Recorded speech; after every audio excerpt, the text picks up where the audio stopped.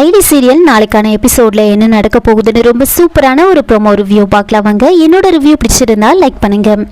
பாவை வெளியில கண்ணாமூச்சி விளையாடிக்கிட்டு இருப்பாங்க ரவி கூட. அப்போ ரவியை தேடிக்கிட்டே அப்படியே போயிட்டு இருக்க. அப்போ ஒரு சாரி மேல இருந்து பறந்து கீழே வந்து விழுந்துரும். பாவை சேத்துல காலை வச்சுட்டு அப்படியே அந்த புடவை மேல கால் வச்சு நடந்து போயிட்டு இருப்பாங்க. இதை ரித்திகா பாக்குறாங்க. இது ரித்திகாவோட சாரி. இதை பார்த்ததுமே ரித்திகாக்கு பயங்கர கோபம். பாவை பாவைன்னு கத்திக்கிட்டே போவ பாவை அந்த சாரி மேல நடந்து போயிட்டு இருப்பாங்க. கிட்ட போயிட்டு பாவையோட கண்கட்டை அவுத்துட்டு பயங்கரமா வந்து பாவையை திட்டுறாங்க. கொஞ்சமாவது அறிவு இருக்கா? இந்த புடவை நீ இப்படி நாஸ்தி பண்ணி வச்சிருக்கியே, இப்படி கரையாயிட்டு இருக்கே, உனக்கு கொஞ்சம் கூட அறிவே இல்லை அப்படின்னு சொல்லி ரொம்ப கோவமா பாவை கிட்ட வந்து பேசுறாங்க. ஐலி சிவாவும் அந்த இடத்துல இருப்பாங்க. ஐலி சிவாவும் இதை பாக்குறாங்க. அவங்க கிட்ட வந்து பார்க்கும்போது ரித்திகா பாவையை நல்லா திட்டிட்டு, இந்த புடவை என்னோட அத்தை எனக்காக கொடுத்தது, இது எவ்வளவு விலைன்னு தெரியுமா, உன்னெல்லாம் என்ன பண்றதுன்னு தெரியல அப்படின்னு சொல்லி பாவை பிடிச்சி கீழே தள்ளி விட்டுடுறாங்க. அயலிக்கு இதை பார்த்ததுமே பயங்கர கோவம். ரித்திகா ஏன் இப்படி நடந்துக்கிற, குழந்தை பிடிச்சி ஏன் தள்ளி விடுற அப்படின்னு சொல்ல, அந்த குழந்தை பண்ண காரியம் அப்படி பாரு, இந்த புடவைய எப்படி கரையாயிடுச்சுன்னு, இனிமேல் இதை யூஸ் பண்ண முடியுமா, என்னோட அத்தை எனக்காக ஃபர்ஸ்ட் டைம் இதை கொடுத்தாங்க, இது எவ்வளோ விலைன்னு உனக்கு தெரியுமா, இந்த புடவைய இப்படி மொத்தமாக கரையாக்கிட்டாலே அப்படின்னு ரொம்ப கோவமாக சொல்ல, உடனே அயலி வந்துட்டு புடவை தானே, இப்போ என்ன அதுக்கு, எதுக்காக அதை விலை பற்றிலாம் பேசிகிட்டு இருக்க, குழந்தை ஏதோ தெரியாமல் பண்ணியிருக்கு, அதுக்காக நீ இப்படி பிடிச்சி தள்ளி விடுவியா, பாரு தலையில் எப்படி அடிபட்டிருக்குன்னு அப்படின்னு சொல்ல, அதுக்கு என்ன, நான் என்ன பண்ண முடியும், என்னோட புடவையை வந்து இப்படி ஆக்கிட்டாலே அப்படின்னு ரொம்ப கோவமாக பேசிட்டு இருக்கு. அப்போ செல்வநாயகி இந்திராணி அப்படின்னு எல்லாருமே அங்கே வந்துடுறாங்க. அப்போ அயலி வந்து சொல்கிறாங்க, இங்கே பாரு ரித்திகா, நீ ரொம்ப தப்பு பண்ணுற, குழந்தைகிட்ட நீ இப்படிலாம் நடந்துக்க கூடாது அப்படின்னு சொல்ல, அப்போ இந்திராணி வந்துட்டு ரித்திகா கிட்ட ரொம்ப கோவமாக பேசுகிறாங்க. ரித்திகா உனக்கு கொஞ்சம் கூட அறிவில்லையா, என் குழந்தை ஏன் இப்படிலாம் பண்ணுற அப்படின்னு கேட்க, அப்போது ரித்திகா வந்துட்டு உங்கள் குழந்தை பண்ண காரியம் அப்படி அப்படின்னு சொல்லி பாவை கிட்ட இருக்கிற குறைய வச்சு பேசுகிறாங்க. உடனே அயலிக்கு கோவம் வந்துடுது. அப்படியே ரித்திகாவை பல அறையிறாங்க. பாவை கிட்ட குறைய பத்தி பேசினதுமே அயலிக்கு அவ்வளோ ஒரு கோவம் வந்துடும். இந்திராணி அடிக்க கை ஓங்கும் போது கரெக்டா அயலி ரித்திகாவை அடிச்சிடுறாங்க.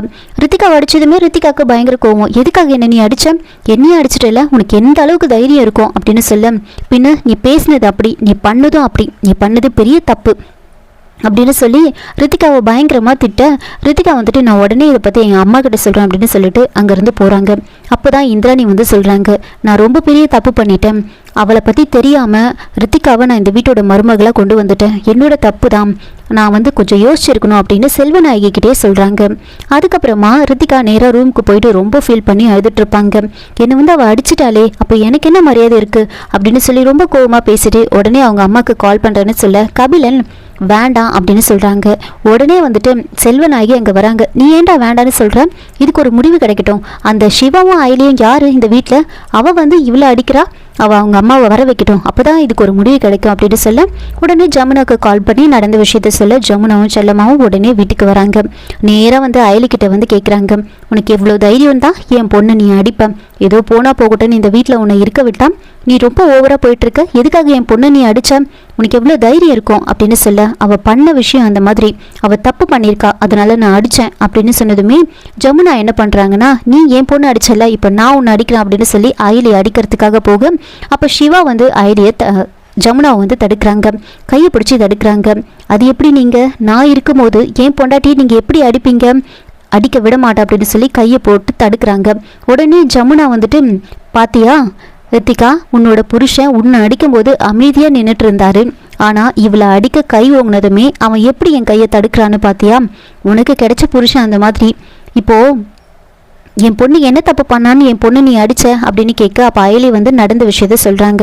பாருங்க, இந்த குழந்தைய பிடிச்சி கீழே தள்ளி விட்டுட்டா அப்படின்னு சொல்ல, எதுவாக வேணா இருக்கட்டும், என் பொண்ணு தப்பு பண்ணால் அவளை கண்டிக்கிறதுக்கு இந்த வீட்டில் எவ்வளோ பேர் இருக்காங்க, அவங்க அத்தை மாமா அவங்க வீட்டுக்காரன்னு எல்லாரும் இருக்காங்க, நீ யார் என் பொண்ணை தடுக்கிறதுக்கும் என் பொண்ணை அடிக்கிறதுக்கும் அப்படின்னு சொல்ல, நான் அவளோட அக்கா அப்படின்னு சொல்ல, உடனே ஜமுனா கிடையாது, நீ அவளோட அக்கா கிடையாது, நீ எனக்கு யாரோ தான் அப்படின்னு சொன்னதுமே அயலி ரொம்ப ஃபீல் பண்ணுவாங்க. அப்போது ஜமுனா வந்து சொல்கிறாங்க, சரி நீ பண்ண காரியத்துக்கு என் பொண்ணுக்கிட்ட மன்னிப்பு கேளு அப்படின்னு சொல்ல, உடனே அயலி வந்து மன்னிப்பு கேட்கறதுக்காக வருவாங்க. ஆனால் இந்திராணி வந்து சொல்கிறாங்க, இங்கே பாருங்க, அயலி எந்த தப்பும் பண்ணலை, அயலி மன்னிப்பு கேட்க மாட்டா அப்படின்னு சொல்ல, சிவாவும் அதையே சொல்கிறாங்க, ஆமாம் அயலியே மன்னிப்பு கேட்கணும், அவள் கேட்க மாட்டா அப்படின்னு சொன்னதுமே உடனே ஜமுனா சொல்கிறாங்க, ஓஹோ நீங்கள் உங்கள் முடிவை சொல்லிட்டீங்க, இப்போ நான் என்னோட முடிவை சொல்கிறேன், இப்போது அவன் மன்னிப்பு கேட்க மாட்டால, என் பொண்ணு இந்த வீட்டில் இருக்க மாட்டான், ரித்திகா உன் ட்ரெஸ் எல்லாம் பேக் பண்ணு, நாம இங்கேருந்து கிளம்பலாம் அப்படின்னு சொல்ல உடனே ரித்திகாவும் அவங்க அம்மாவோட பேச்சு கேட்டு எல்லாரும் ரூமுக்கு போகிறாங்க. ட்ரெஸ் எல்லாம் பேக் பண்ணிட்டு இருக்காங்க. இவளால் வந்து என் பொண்ணு வாழ்க்கையே இப்படி நாசமாக போகுது, இவ தான் எல்லாத்தையும் கெடுக்கிறா அப்படின்னு பயங்கரமாக அயலை திட்டிகிட்டு இருக்கேன். அயலி என்ன பண்ணுறாங்கன்னா, சித்தி நான் மன்னிப்பு கேட்குறேன், எத்தனை முறை வேணாலும் மன்னிப்பு கேட்குறேன் நான் அப்படின்னு சொல்லி ரூமுக்கே போயிட்டு ஜமுனா கிட்ட கெஞ்சுறாங்க. உடனே ஜமுனா என்ன பண்ணுறாங்கன்னா அயலை பிடிச்சி தள்ளி விடுறாங்க. அப்போ சிவா அங்கே வந்து அயலே தாங்கி பிடிக்கிறாங்க. நீ எதுக்காக இப்படி மன்னிப்பு கேட்டுட்டு இருக்க, உன் மேலே எந்த தப்பும் கிடையாது, நீ மன்னிப்பு கேட்க தேவையில்லை, நீ வா அப்படின்னு சொல்லி அயலே கீழே கூட்டிட்டு போயிடுறாங்க. இவங்க ட்ரெஸ் எல்லாம் பேக் பண்ணிக்கிட்டு கீழே இறங்கி வராங்க. இனிமே என் பொண்ணு இந்த வீட்டில் இருக்க மாட்டான், எப்போ இவங்களுக்கு நீங்கள் முக்கியத்துவம் கொடுக்குறீங்களோ இவங்களுக்கு தான் நீங்கள் சப்போர்ட்டாக பேசுகிறீங்க.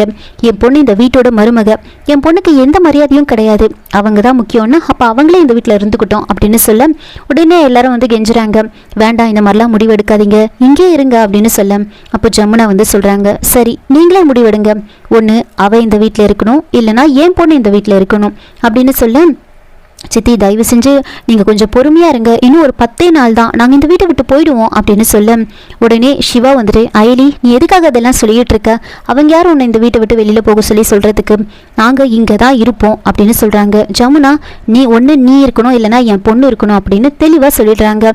இல்லைனா நாங்கள் என் பொண்ணு கூட்டிகிட்டு போயிடுறோம் அப்படின்னு ஜமுனா சொன்னதுமே உதய பெருமாள் யோசிக்கிறாரு. உடனே உதய பெருமாள் என்ன பண்ணுறாருன்னா, நான் வந்து தனியாக பேசணும் அப்படின்னு சொல்லி இந்திராணி ஐரி சிவாவை அங்கேருந்து ரூமுக்கு கூட்டிகிட்டு போகிறாங்க.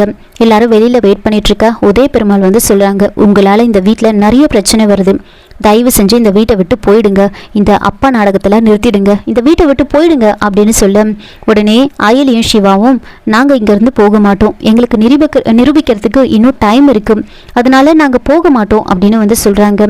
அப்போது இந்திராணியும் உதய பெருமாளும் எவ்வளவோ சொல்கிறாங்க, நீங்கள் எந்த ப்ரூஃபும் இப்போ வரைக்கும் கொண்டு வரல அப்படின்னு சொல்லும்போது தான் அயலி வந்துட்டு சூரியநாராயணன் பேரை வந்து சொல்கிறாங்க. அந்த பேரை கேட்டதுமே உதய பெருமாள் ரொம்பவே வந்து டென்ஷன் ஆகிடுவார். இதோட இந்த ப்ரோமோ வந்து முடிச்சிருக்காங்க. என்னோட ரிவ்யூ பிடிச்சிருந்தா லைக் பண்ணுங்கள், மறக்காமல் சப்ஸ்கிரைப் பண்ணுங்கள். தேங்க்யூ.